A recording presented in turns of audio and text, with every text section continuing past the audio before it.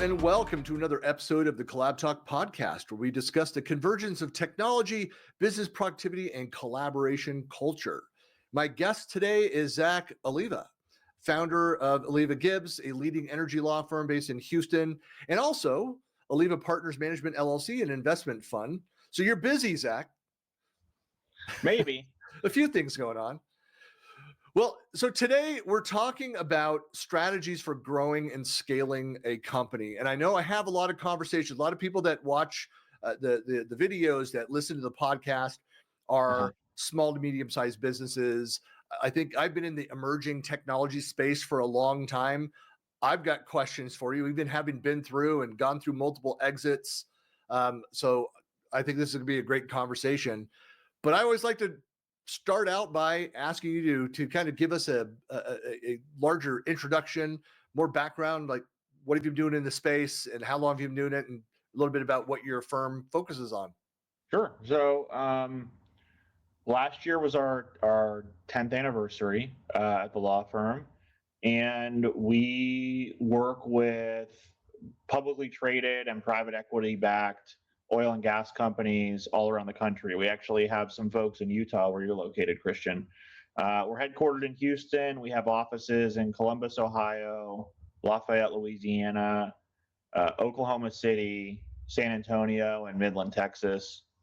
And we have a team of around, I think, 100 folks on the team. And we really just look for people who, to come join our team, who love the oil and gas industry and who really want to be the best at what they do, whether that be practicing law, working in marketing, working in some of the other departments. Yeah. And additionally, about 2 years ago, I started a private investment fund. It's mostly entrepreneurs and retired executives in it, where I just identify it's kind of a shared portfolio. There's limited partners in it, and I identify great companies to invest in, and we try and get them at a good price and let that kind of compound.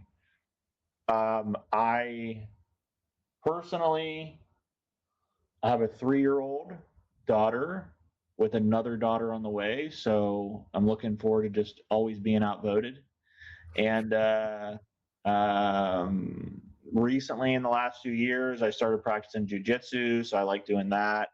And I recently I'm teaching myself how to play the piano, and that's been a lot more fun than I thought, because my daughter thinks that I can play anything. And so no, I can't make any mistakes with her, which is, a lot of fun. So that's pretty much it. That's great. It's one on the jiu-jitsu. I mean, I think, so my oldest son is really big in that. Started doing tournaments like that. I mean, for a hobby, that can take up a lot of time. But I know that it's kind of gaining ground, especially here in the U.S. We're seeing more and more of that. But well, very cool. Well, it's so I know in that space. I mean, with the current, U.S. the administration doing such a big focus on energy, then I mean you've got to see numbers growing in your field because it's just going to be expanding. As thinking that we used to think historically, and I've worked in the information management side with some of the oil and gas exploration companies, mining companies, like these big areas that have massive amounts of data and content, and to help them design and administrate these massive systems.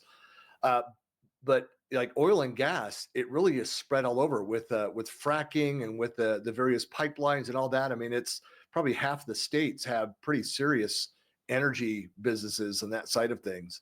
So again, lots of room for growth in that space. Yeah, I think there's a lot of room for growth. I'm not entirely sure what's going to happen with the new administration for this industry.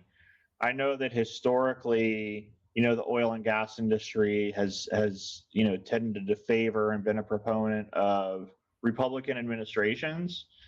And I also know that with this current administration, there seems to be a focus on reducing energy costs. And some have argued that part of that is reducing the cost of, the price of oil to lower gasoline costs for the everyday American.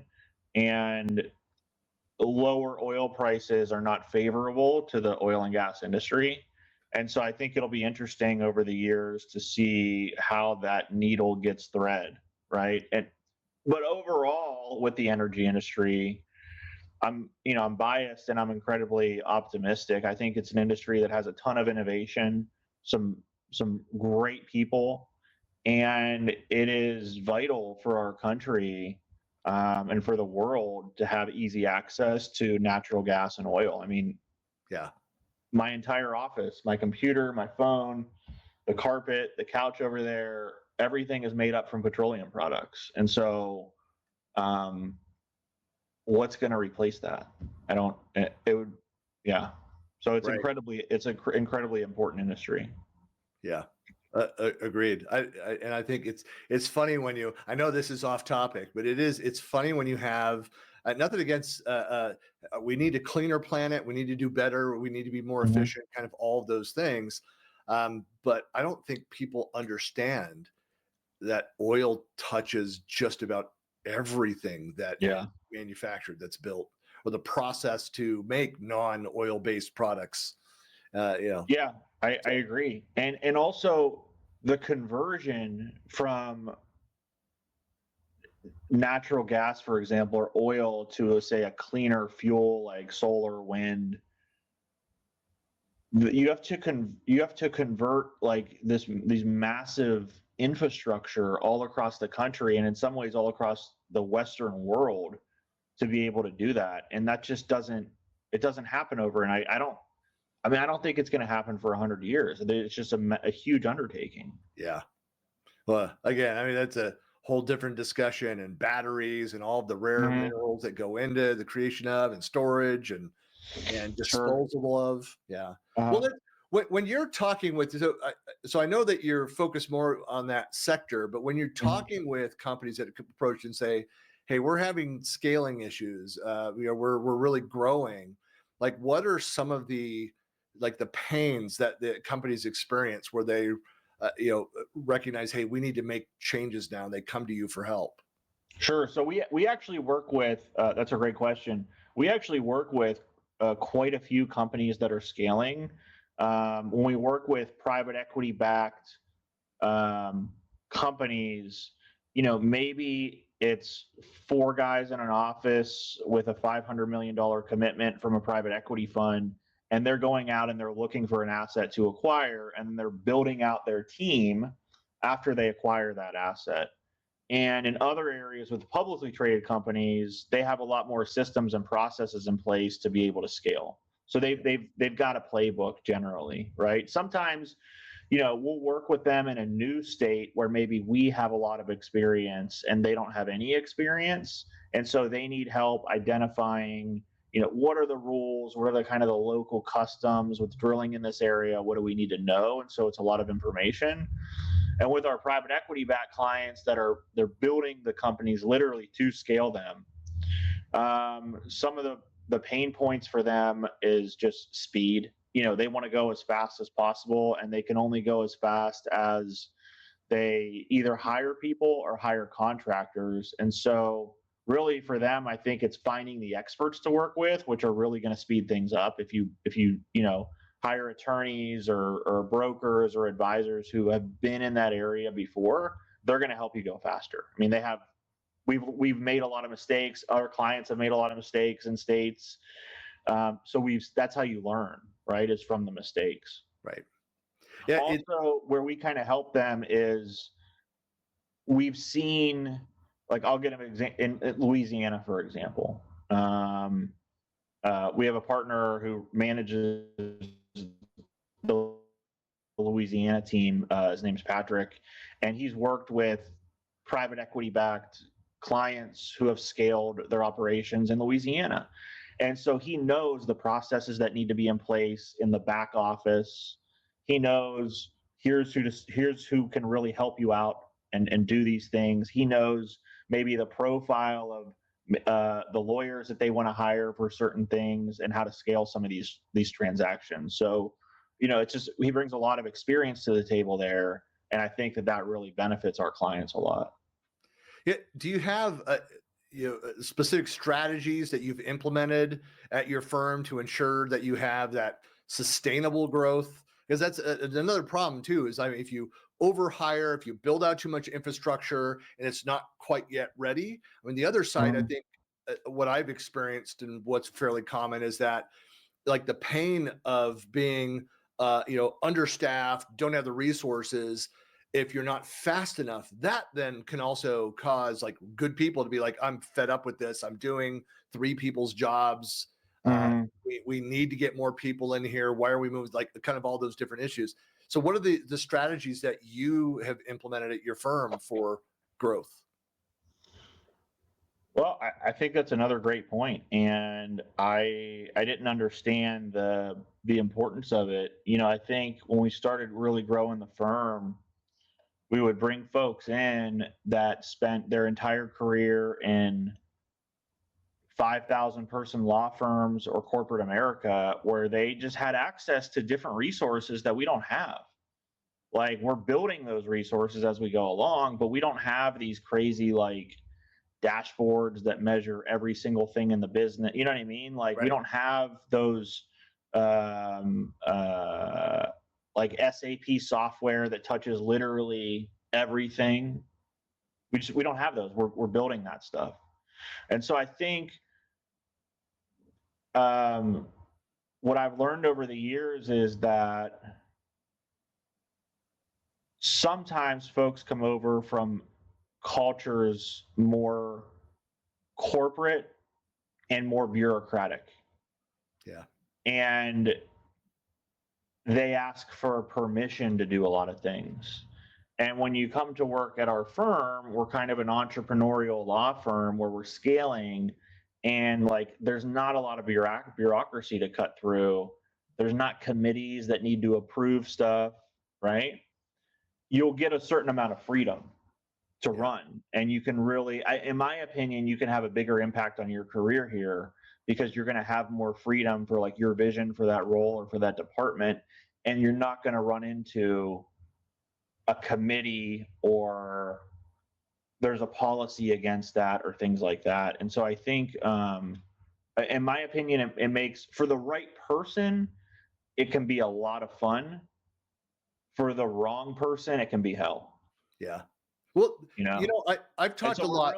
I guess we're really mindful of like when we're digging in during the interview process, especially at the leadership level, like what kind of culture did you come from? What about the culture before that? Tell me about that. Because if you're used to a lot of hand holding and systems and processes that are already set up, like your job for the first year may be to build those systems and processes that we don't have. Right. So again, it's just getting the right people in the right seats. Like the right person is going to be attracted to this for us. And it's not a judgment on the people that it's not a fit for. It's just, it's not a fit for them. And I wouldn't want anyone to work in an environment that wasn't a fit for them. Yeah. Well, there's I mean, going back to the early 2000s, I mean, a big shift in kind of the development engineering world towards, agile methodologies, that side of it. I think a lot of the lessons learned from that are, again, I know there's different cultures and different roles and things, and you might have a very open entrepreneurial organization, yet some people have very task specific, like here's these things, close these tickets, and that's just part of that role. But the idea of tell me what the outcome needs to be, tell me what needs to be done, don't tell me step by step how to do those things, and give people room to go and create efficiencies, to find better ways of doing things, to, again, more entrepreneurial creative control over their jobs. That seems to be like the prevailing culture, or it's starting to permeate into most cultures and most companies. Yeah, we don't want robots. We want people that are here because they want to be here, because they enjoy what they do, and they enjoy the folks that we work with. I mean, most of my life is going to be here. And so it's infinitely important to me that the people that I surround myself with in this company, they want to be here, they know how to add value, they're pleasant, right? and they really love what they do. But I'm interested to talk about, since your firm really operates in that specialized field of energy law and that all the things around that. What are some of the advantages and challenges of scaling a business when you're so hyper focused? I mean, that's a huge space, but it's still. I mean, you could be a general practice area and deal with any business law, but you're focusing on an industry in the specific. What are the advantages? What are the disadvantages when you're trying to grow your business? An advantage is that it forces us to say no to a lot of things. We're not going to go start a commercial real estate practice. We're not going to start a construction practice. We're not going to start doing personal injury. And those are conversations that before we had that vision and that focus, we used to have. And those things take up time and they take up space in my head, right? And so by having this radical focus on this one industry, and really within the energy industry, this one kind of lane, right? Because within energy, you have coal, you have power, you have a lot of stuff. We're in oil and gas. It really allows us to, in my opinion, take advantage of compound interest. Because what we see generally is that clients rarely, not without exception, rarely will clients leave the industry. They'll go work at a different oil company. Generally, I mean, especially I'm in Houston, Texas, right? So, but generally, rarely do folks leave the industry, and so there's kind of a camaraderie around it, right? And so, like, we might hire someone in our marketing team, and maybe her sister works at an oil and gas company. So we're not hiring her because her sister works at the oil and gas company, and she's also grown up around oil and gas people. Yeah. So that makes the marketing come off a little bit better, right? She knows the language of our clients and in the industry. And so I think that there's a lot of compound interest that comes from having a very narrow focus. Yeah. And then the challenges there is, I mean, is one, I mean, do you ever have, well, I guess, I mean, you're saying no to a lot of stuff, but a lot of businesses, I mean, I had a startup 25 years ago where we pivoted, where we saw that the trends were moving in a direction. And so we changed what the core of our business did some changes to the leadership team as well, but we changed like what the business did. We moved from a hardware to a software company, as an example. I don't know if you've run into that, but or any of your clients where they're do they expand and go into other industries, other fields, and expand their services or products or services, or do they stick with it? Yeah, they definitely do. And for those services, I don't know if we're necessarily like if I'm not saying, I mean, if the Exxons of the world suddenly decided to start making, I don't know, Beanie Babies, they should not hire us for that process because we don't know anything about those widgets, I guess. Right now, if the Exxons of the world start, I'll give you a good example. We have had some clients who have gotten into helium. We've had some clients who have gotten into lithium. And so those kind of are the, when you get board certified by the State Bar of Texas, I'm not board certified. We have several attorneys here who are. In oil, gas, and mineral law, there's oil, gas, and mineral law. And so sometimes we'll work with clients in just that mineral lane of lithium, for example, right? And there's a lot of activity in Arkansas in a formation called the Smackover Formation with lithium and kind of those rare earth, minerals, which have been in the news, especially, in the last week. And I don't know. I don't know what would happen if I felt like we needed to pivot from oil and gas I guess I've just, over the last 10 or 15 years in this industry, I've seen all the headlines, right? So I've seen the headlines that say oil's going to 100, oil's going to 0, the oil and gas industry is going away. And my partner Brad actually went to he showed me this a few months ago. If you go to the website on Wikipedia, or if you go to the Wikipedia page for peak oil, you can see there's a timeline of every time that someone has claimed that we're at peak oil.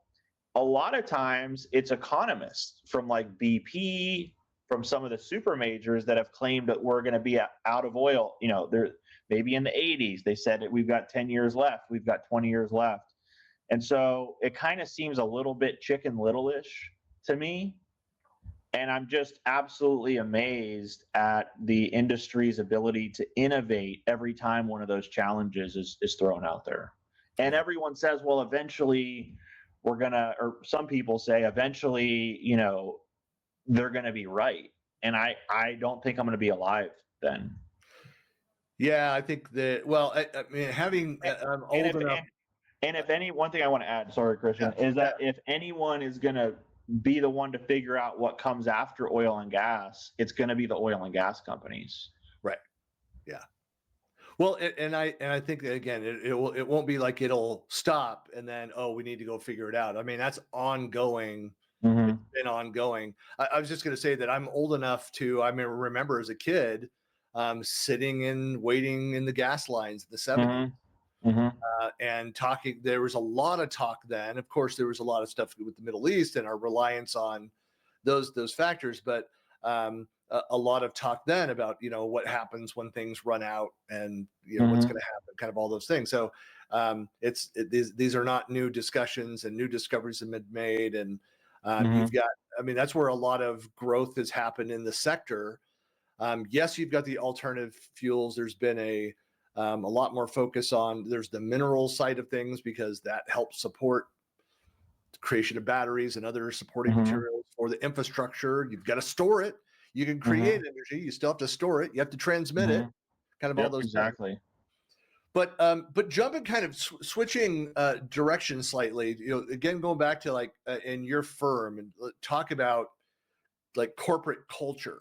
Like, how do you foster, how have you talked a little bit about saying that it's very entrepreneurial. You want people that are going to think, not just wait for a task to go and take something and run with it. So how do you foster a strong corporate culture at your firm, particularly in an industry as demanding as oil and gas? I think that for us, my point of view is that culture is made up of behaviors, and the behaviors that we foster are our core values, which are an unparalleled client experience, a passion for learning, and a culture of collaboration. And those are the three core values that we believe we need to have to be, the best law firm in the oil and gas industry. And so we are regularly looking for ways to reinforce and make those core values come alive in a way that they're not just on the website. It's not just on a poster in the copy room, right? How are we actually living these behaviors? And my partner Brad and I, we regularly grade ourselves on how well are we living the core values in our own professional lives, because it kind of starts at the top. And also, I think that culture is what you tolerate. And so it's the behavior that you tolerate. Like, it can be aspirational. Like, yes, we totally want to do these three behaviors. And if you have someone who's really crappy to other people, then that's part of your culture. Yeah. Allowing that behavior is part of your culture, right? Yep. I think we've all seen that. Good company, a couple bad managers can tank the perception of the culture of your organization.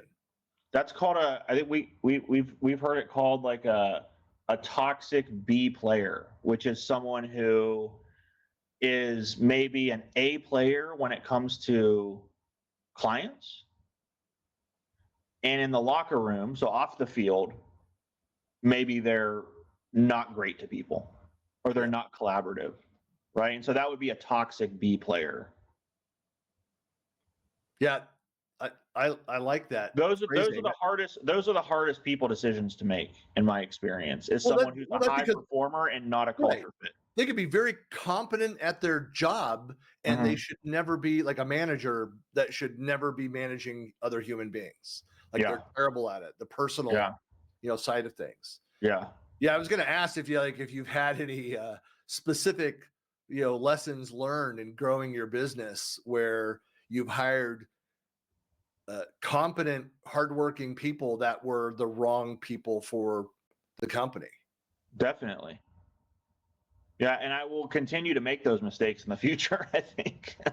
I think we have a hiring process, and I think it's a great hiring process. And sometimes, you make mistakes in the hiring process, and you just kind of, just say, okay, I made a mistake. What did I learn from it? And let's just move on and make sure we talk about that learning, as a group, and go from there. Yeah, it's hard when you find somebody that on the surface seems like there's a good fit. I remember hiring a woman that we had great references by trusted people, just an outstanding resume, but there were a couple red flags in the interview process, but we kind of we gave more weight to the referrals, and we didn't focus as much on the cultural fit aspect, and it was a massive mistake. And she was gone before her 90 days. Just was not the right fit. So I don't do you talk often about the cultural aspect of the organization? Is that something that's regularly brought up? I mean, that's a separate interview in our interview process, is just on the culture. And we have red flags that are, non-negotiables through the screening process. And I think that also one thing to pay attention to is what culture is someone bringing in. So I've interviewed folks where I asked them questions about, what's the culture like at the where you're at now? And they're like, well, I really want to come work for you because everyone at my company screams at each other all the time and they yell at each other through the walls. And I'm like, I do not bring that here. Like, I do not want that. I don't even want that to be like a possibility that you say that at the water cooler and it spreads in the office. Yeah.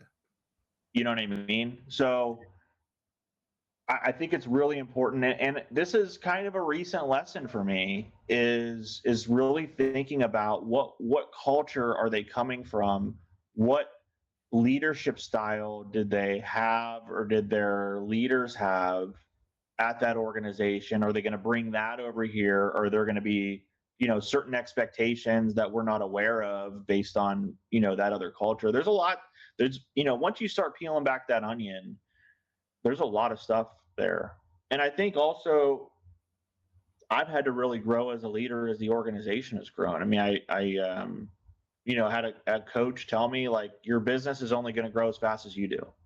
And so I never want to be the one holding it back. And so I'm always trying to work on my leadership skills and communication skills in a way where I'm like, okay, where are we going to be 3 years from now? Let me try and what kind of a leader do I need to be like 3 years from now? That's my goal for this year, is to try and get there today, so that when 3 years come, I'm not behind the 8 ball on trying to develop those skills. Yeah. And that's difficult. That's been very difficult for me. Well, again, that's that thing where the skills you need to development may not be needed yet in your current state, but being prepared for that.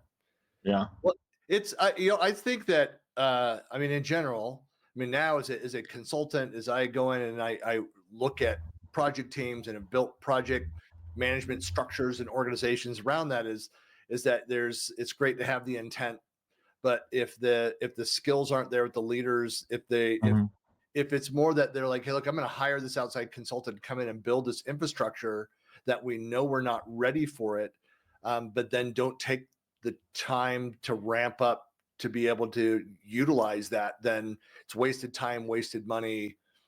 People get a bad taste in the mouth for solving, whether it's bringing in new technology or just changing the process. And it could actually then take longer to change, to grow, fit that. How do you use technology in this space? Is that part of the culture as well? Collaboration, information systems. I know in the legal field, that I'm sure oil and gas has some things. There's proprietary platforms and things for your research and. Sure. Yeah, we definitely. I mean, we use a lot of technology in our firm, and we had to do that because when we really started growing the business, it was in the middle of COVID, and so we were hiring a lot of people, and they were everywhere, right? And so it was like, do you have the skills, and do you want to be here and be on the team? You're in Florida, sounds good. We'll send you a laptop, we'll send you a camera. Let's get started working on these projects, right? So COVID kind of forced us to adopt technology, I think, faster. And it's interesting. I have heard enough about AI from friends of mine to have finally come to the conclusion that we need to have some sort of AI strategy.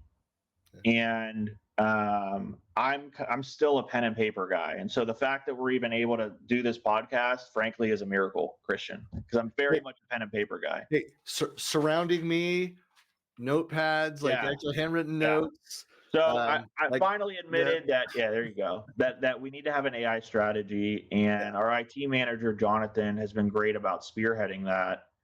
And he recently went to a panel discussion of law firm leaders, and it was interesting. He was like, they all talked about AI the whole time, and none of them are using it in their business at all. And we are. I mean, we found one or two applications and for AI that we're trying out, and I think that they're going to be a success. And we use technology in. I mean, I can't tell you how many software subscriptions we have, but I see them, in the books, and I know that we're using them across different departments and things. Well, so, I'll tell you, if you go to one of these conferences, and I have friends that work a lot in the legal tech sphere. In fact, I just had a chat with one this morning that had created a platform tools based on top of Microsoft's Microsoft 365 that utilizes those pieces specifically for law firms. If you go to one of these conferences, half the sessions are going to be AI related. And so if you don't have an idea, like you can get plenty of ideas, just send your IT person to one of those conferences. Sure. He'll come back with a wealth of ideas. Yeah, I think one of the things that we try and a lot of the solutions that I've seen come out have been custom AI products. And I've developed custom software once in my life, and at this point in my life, I would rather throw vipers down my shirt than develop custom software. I think I had the wrong team when I did that, which in the wrong developers, which obviously, made a big impact. And we prefer just out of the box stuff. So we have some software tools that we use that they are adding AI parts to their software, and so we sign up for those things, for those solutions, and developing an AI software internally, custom. I would just rather wait for the out of the box thing to come up. There is so much growth that's happened over the last decade around. They call it low code, no code. I always say that no code doesn't exist. That's called a product. It's low code, and I think some of the personally, this is my bias as a non-engineer, but I've been in tech my entire career. Is the low code is there's a lot less of the low and more of the code. It's still there's a lot of ways that you could go in. Like the old days, go and build a product from scratch that's custom for your business. Now you can go and use the out of the box solutions to build widgets, build apps to automate workflow, other things to change. But you still have to have a mindset of reviewing, looking at your processes. How can we better optimize our systems? Like, how do you look at like where things are inefficient? Is it purely just through the team? Somebody is just comes across, I think there's a better way we could do this. Or do you have something more structured where you're regularly looking at, I mean, you said you're still like paper based, and I'm not talking about the kind of using like IoT and automation where we're 3.7% less efficient over the last 30 days in these 7 areas. Like, no, Sure, yeah. few manufacturing organizations maybe they have a lot of transactional data, but how do you look for inefficiencies, and how do you handle them as a company as part of your growth? That's an interesting question. It might be that you're not having those conversations. No, we definitely do. We definitely do, and I'm trying to figure out which way to attack this from. So, I think when you're growing a business, it can be inherently an inefficient vehicle, because especially if you're going fast, like you just pop up and, oh, we need 40 software subscriptions for this new goal that we have. Okay, let's do it, right? And then 2 years later, you're like, oh, what do we use that for? As part of our technology improvement process, it needs to improve an already existing business metric. So that's faster, cheaper, that's basically efficiency, right? Faster, cheaper, or easier, right? Yeah. And we recently ran a survey across the firm, and we asked, what is one thing that exists? What is one process that we have? And we phrase this a very specific way. What is one process that we have that sucks the life out of you? If you ask that same question and you say, what is something that needs improved, you might get different answers. Yeah. So we're trying to get the life-sucking stuff out of the organization first. Yep. And then going from there. I was going to say that again, another focus that happened, and I think is another one of the positives that came out of the pandemic, was organizations started to look inwardly at that employee experience, at stuff like this. Totally. What do you hate about your job right now? Like, what part of it? What's frustrating? What's sucking the life out of you? And more companies started to. I think it's interesting, being a collaboration technology guy, that organizations that were like, no, we can't ever move to more collaborative online, geographically dispersed, because can't. They realized, hey, we could actually do this and be productive doing this.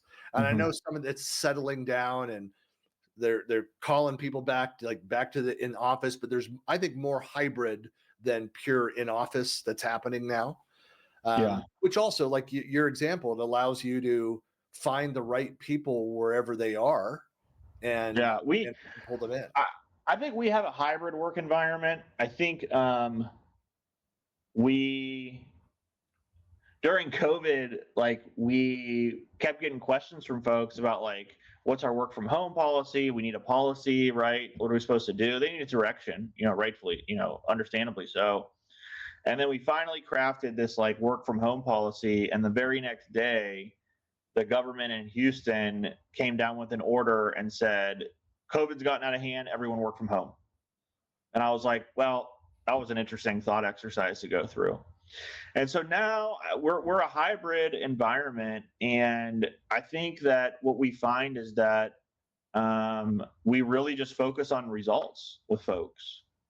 Everyone knows qualitatively whether or not they've had a good quarter, and so we just really focus on what those results are. And there are people who are in the office 5 days a week, and there are people who are in the office 3 days a week, and it really just depends what works for you, what works for your team, and it's worked for us. Yeah, I think it's again, the old models, if they haven't just changed, at least companies are realizing, hey, we have to make adjustments to it. Now, I totally get, like, I know that, like, Starbucks and the other companies that are like ordering people back to the office or whatever, they get a lot of flack on social media.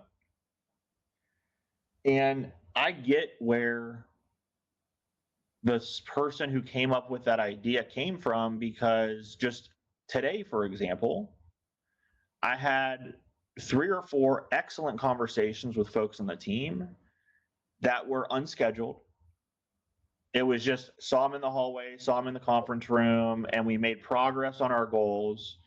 And we didn't have a scheduled meeting.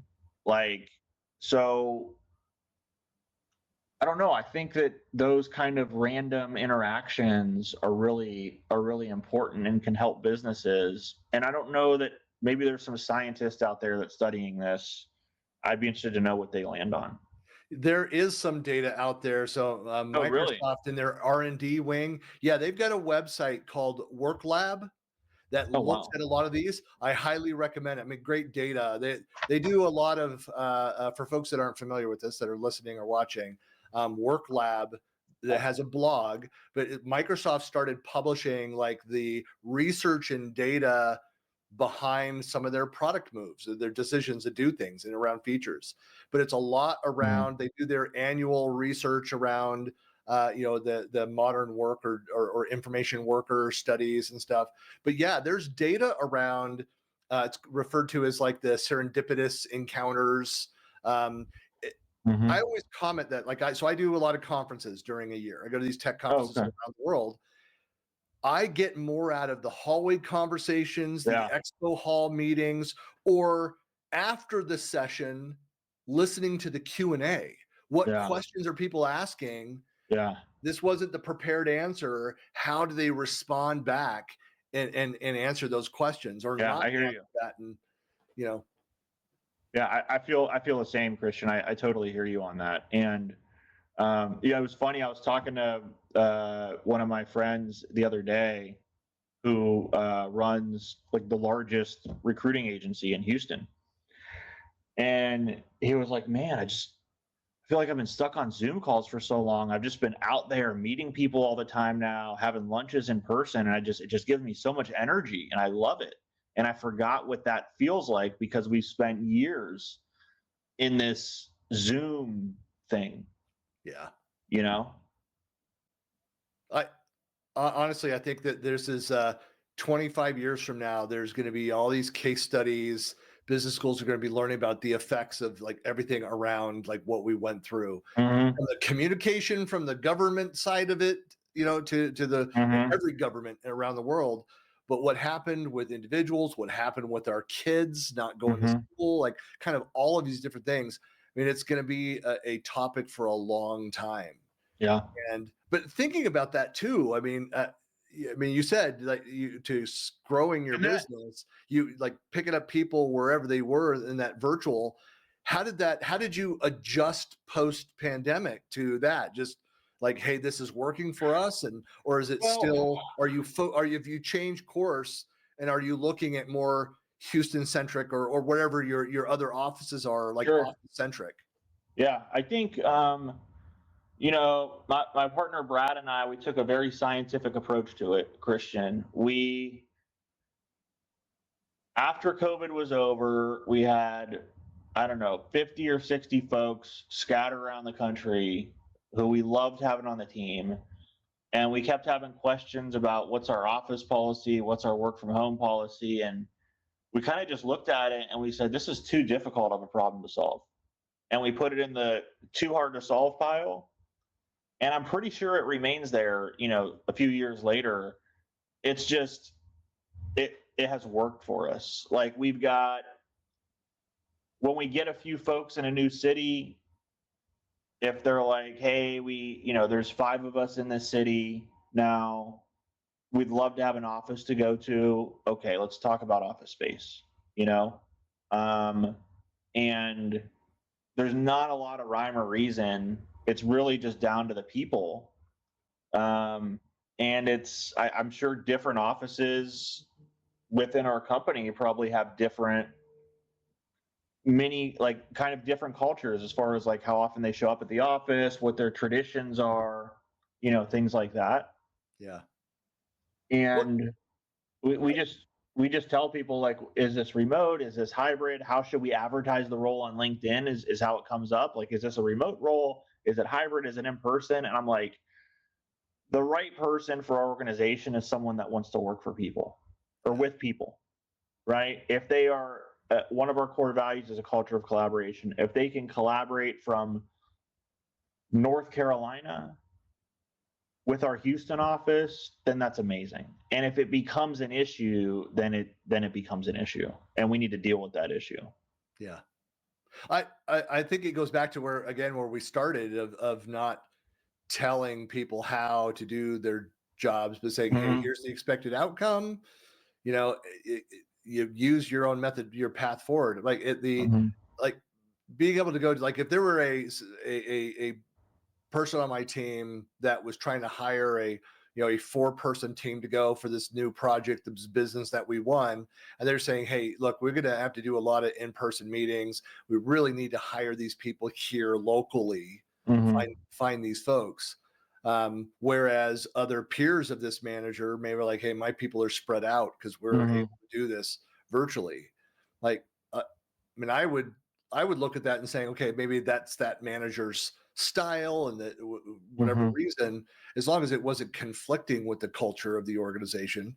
But I would see that like, hey, it's not that it doesn't fit. Like, what's the right thing, and what's the path then for those employees? Actually, I think you bring up a great point. It really depends on the manager. Like, for me, I need the people that are on my team here in Houston. I'm a tangible guy, and I like to have those in-person conversations. And I also have, 1 or 2 folks on my team who are not in Houston, and we have a great relationship. Yeah. My preference is always that, like, we can sit down and have a cup of coffee and talk through an issue, rather than like, do you have any time on your calendar to set up a Teams meeting and, talk about it that way. I like to talk to people in person. Yeah.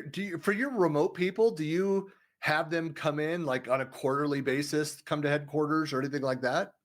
Anything formalized? Yeah, nothing formalized. We don't formalize anything.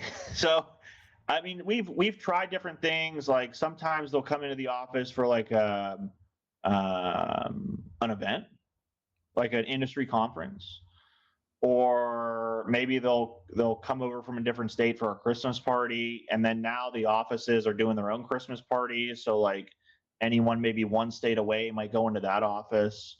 And we also have an amazing leadership team, and they visit the offices too. Yeah.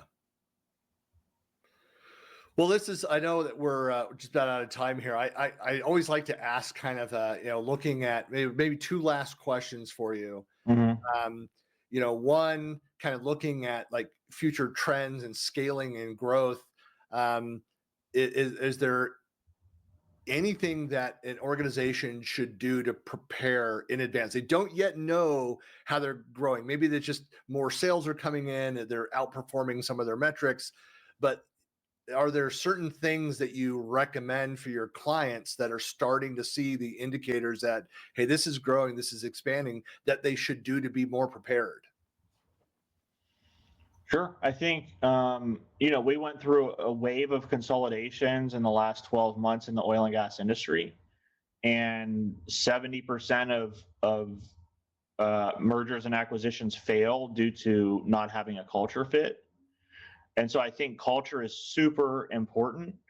And if you look at labor trends in the United States, like, we went through the longest economic expansion in the history of America. I think it was like 124 months, and it ended with COVID. Yeah. And our labor pool started shrinking before COVID. Now, COVID exacerbated it for sure, but our labor shortage began the same, I think it was the end of 2019. And if you look at demographics in this country and it looks to be the trend for legal and illegal immigration, labor is going to be a big issue for the next 25 years, I think, moving forward. Now, AI may alleviate some of that. And I think that the companies with the best culture are going to win. Yeah. That's a common refrain for guests on this podcast. Oh, well, yeah. We talk a lot about, but you're spot on. I mean, it goes back, 40 years ago. It's the culture eat strategy for breakfast, or whatever the quote is. It's culture is so critical. That's why, as we were talking about earlier, if you've got bad seeds in there, that might be competent, hardworking people, but if they are toxic to the culture, they can do a lot more damage than just making some people angry or that don't like reporting to that manager. Yeah, for sure. My final question, are there any common mistakes that you've seen businesses make when trying to grow too quickly or inefficiently? Yeah, I mean, I think a mistake that I've seen that's common is not realizing that growth sucks cash. I mean, growth is expensive. Yeah. And it costs a lot of money. It's just investment. So growth sucks a lot of cash. And then I've also seen folks, I don't know. I mean, I think every business owner makes a ton of mistakes, and does continue to do so. That's what makes us a little bit crazy. Yeah. But the growth sucks cash thing is something that I recently have talked to a few friends who have amazing growing businesses, and that was something that they didn't realize ahead of time. So if there's anyone who's getting ready to grow your business, it sucks up a lot of cash. Well, you build certain efficiencies around the status quo, and you drive down. How do we stay on this target? How do we hit these numbers, spending this much with the people that we have and all of that? If you're going to go and expand and do anything, it's instantly going to break that model. You have to spend more on all of those areas. Yeah. And if you've got 5 people at your company and you want to go hire 5 more, well, when's the client paying you? In 90 days? Yeah. How long when's the work going out the door? In 6 months? What are your billing terms? And so how fast can you get cash in the door is really part of the algebra on that. Yeah.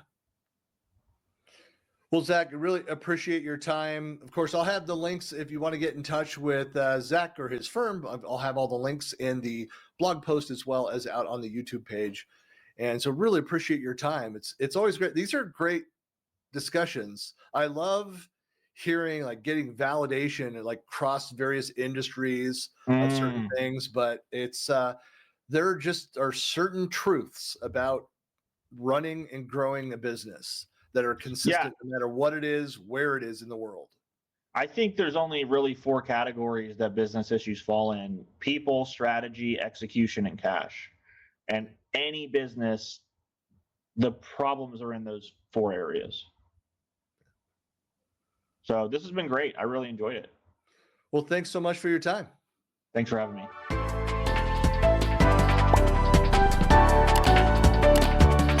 You've been listening to the CollabTalk podcast. New episodes are published weekly, and you can find us on Spotify, Apple Podcasts, iHeartRadio, and most other podcast platforms. Thanks for listening.